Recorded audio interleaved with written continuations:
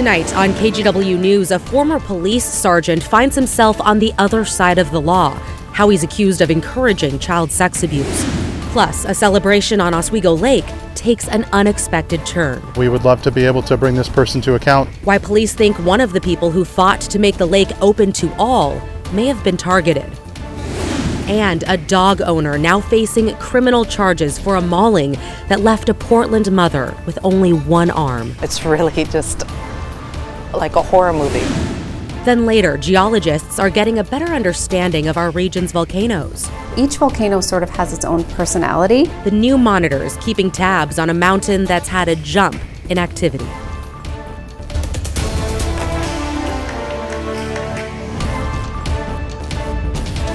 Thank you for joining us here at 11. I'm Christine Pitawanich. First tonight, a former Milwaukee police officer is arrested, accused of possessing and duplicating child pornography while he was still on the force. Alma McCarty has more on his first appearance in court today. Alma. Christine, John Foreman was arraigned this afternoon on charges of encouraging child sex abuse.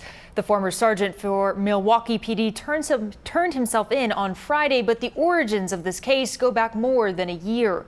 The Clackamas County Sheriff's Office began investigating in January 2024 after detectives got a tip from the National Center for Missing and Exploited Children. Then in June of last year, they identified 57-year-old John Paul Foreman as a suspect, and the police department placed him on leave. Foreman resigned at the end of February this year before a grand jury indicted him on several counts of encouraging or attempted encouraging child sex abuse. Simply put, prosecutors say Foreman duplicated visual recordings of child pornography involving children as young as toddlers. Monday afternoon, his attorney tried to argue for a lower bail during his arraignment. We believe that the amount of $150,000, however, is excessive in relation to the lack of criminal history by the defendant, by his long ties to the community, and his long years of working with law enforcement. The judge did keep the bail at $150,000. We checked, and the suspect did post bail this evening. Foreman has decades of law enforcement experience, hired by Milwaukee police back in 2001. He was promoted to sergeant in 2009. The department called the allegations deeply troubling and said they hold themselves to the highest professional and ethical standards. Foreman's attorney said he pleaded not guilty to the felony charges, and he'll be back in court next month. Christine? Yeah, we will keep tabs on his next court date. Appreciate your reporting, Alma. Let's get you caught up now on tonight's other headlines. Former Oregon Congresswoman Lori Chavez-DeRemer is the nation's new labor secretary. The Senate confirmed her today in a 67-32 vote. The cabinet position puts her in charge of enforcing federally mandated worker rights and protections. This is at a time when the White House is trying to eliminate thousands of government employees. Chavez-DeRemer is the first Oregonian confirmed to a presidential cabinet since the 1980s. Search teams near the Oregon coast continue to look for 2-year-old Dane Paulson, who went missing 10 days ago while playing in front of his home in Siletz. He was last seen about 100 feet from the Siletz River. The Lincoln County Sheriff's Office shared the photos that you're seeing from over the weekend. They show boats searching the river using sonar and underwater drones. Today, they said they still don't think there was any criminal activity. Get a pen if you can. Anyone with information should call the Sheriff's Office tip line there on your screen, 541-265-0669. And the owner of 5 dogs accused of mauling a Portland mother appeared in court today. Alexandria Hendon is charged with maintaining dangerous dogs. According to court documents, Maitoka Petri was visiting her brother at a homeless camp just off North Columbia Boulevard back in July. There, 8 dogs attacked her. She ended up losing an arm and an ear. A warrant is also out for the owner of the other 3 dogs. At this point, all 8 dogs are in protective custody at the animal shelter in Troutdale. Lake Oswego police hope someone knows something about whoever keyed a car in what they think could be a targeted attack. The victim was a plaintiff in a lawsuit demanding public access to Oswego Lake. Mark Kramer and a few other plaintiffs were at the lake celebrating last week's court decision to open the lake to everyone, not just those with easements. But when Kramer returned to his car parked across the street from the lake, someone had keyed it front to back. Everyone should be supportive of safe and responsible use of the lake for everybody, not just the privileged few. Another plaintiff said they were not surprised that someone keyed Kramer's car. They added that they've dealt with threats and negative comments as well. Police want to hear from anyone who may have seen anything suspicious at the lake or maybe the parking lot right across the street from about 1:30 to 3:30 p.m. on Saturday.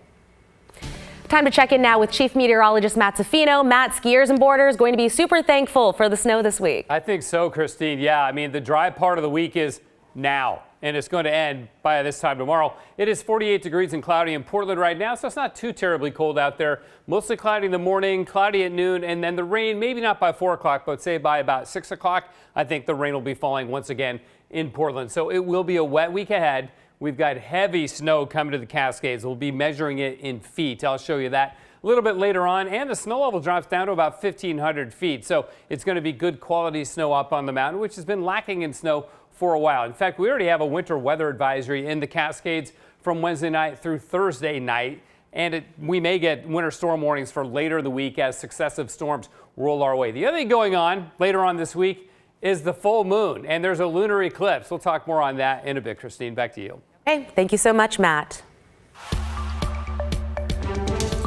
In an update tonight, nearly 400 trees are slated to come down in Forest Park as part of PGE's plan to expand transmission lines near Highway 30.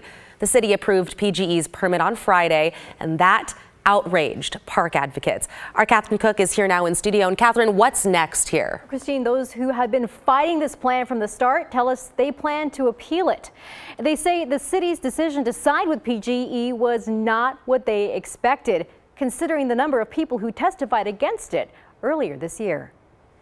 It was a blow, because this is such an iconic spot. Forest Park means a lot to Scott Fogarty. He's the executive director with the park's conservancy, and he's been fighting Portland General Electric's plans to add new transmission lines and upgrade existing lines through the park. But on Friday, the city approved the project, which entails the removal of nearly 400 trees along Highway 30 near Linton. Crews will also fill in 2 wetlands impacting 2 streams. We just feel this is the wrong direction for the city to go in. It's kind of a slippery slope. If you open this Pandora's box, if you will, who knows in the future what permits could be granted. PGE says this is phase 3 of a 5-part plan to update their infrastructure to meet growing demand for electricity. It would add a new quarter-mile section of transmission line on the edge of Forest Park. PGE stated their case during a city permitting hearing in January. The Portland Metro Chamber supported it. Without swift implementation of the Harborton Reliability Project, our region risks an unacceptable likelihood of outages during extreme weather events when our community most desperately needs reliable power. PGE pledged to replant native plants and trees, which they'd be responsible for maintaining. Fogarty says such a mitigation plan might look good on paper, but ignores immediate impact. Even if they plant another 400 trees, it's going to take another 30 plus years to get the ecological and environmental benefits from those trees, for example. The deadline to file an appeal around the city's decision is March 21st. Otherwise, the plan moves forward 4 days after that. The cost of filing an appeal is around $5,800. It seems like a high number, and it is. And so we're looking at how do we do that and who do we partner with on appealing this.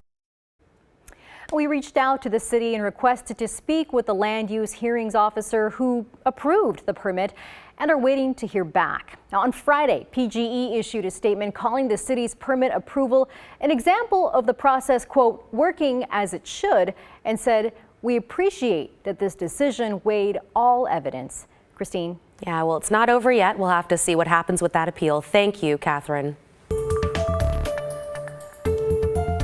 In the state capitol, Oregon Governor Tina Kotek is backing two new bills that'll affect education across the state. Senate Bill 141 and House Bill 2009 focus on holding districts accountable for making sure students succeed.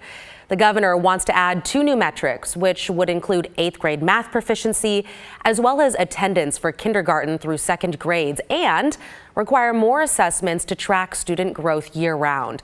But what's really stirring up debate? The state's intervention plan. If a district isn't showing improvement, the state would step in and could control 25% of a district's funding. And when things aren't getting better, I believe it's on us to lean in, get involved, and work with the school districts to get them on the right track. So at this point, the bills are now in the hands of the legislature. The governor says they're intended to be paired with her proposed education budget and another bill making state funding for schools more predictable. Meantime, lawmakers in Washington are expected to vote this week on a bill that would increase funding for special education programs in schools. A spokesperson for Senate Democrats says the bill is expected to pass. This comes after they passed a bill last week to give schools more money for maintenance, supplies, and operating costs. According to Senate staffers, that bill would give school districts a boost of $120 million a year. Schools should be able to focus on students. Schools should not have to scramble for resources, Mr. President. And this is about making sure that every district, no matter where a district is located, Mr. President, is able to provide a high-quality education to every single student in that district. While the state increases education funding, it is also trying to shore up a $12 billion budget shortfall. Also in Washington, a new proposal that would allow colleges and universities to raise tuition has some lawmakers worried. Right now, tuition increases are tied to the state's median hourly wage. But this proposal would allow community colleges and public universities to raise tuition another 5% a year, starting with the 2026-27 school year. Grant funding for lower income students would also be reduced. Republicans say it would mean $700 more a year at the University of Washington. This is one of several proposals to make up for the state's multi-billion-dollar deficit.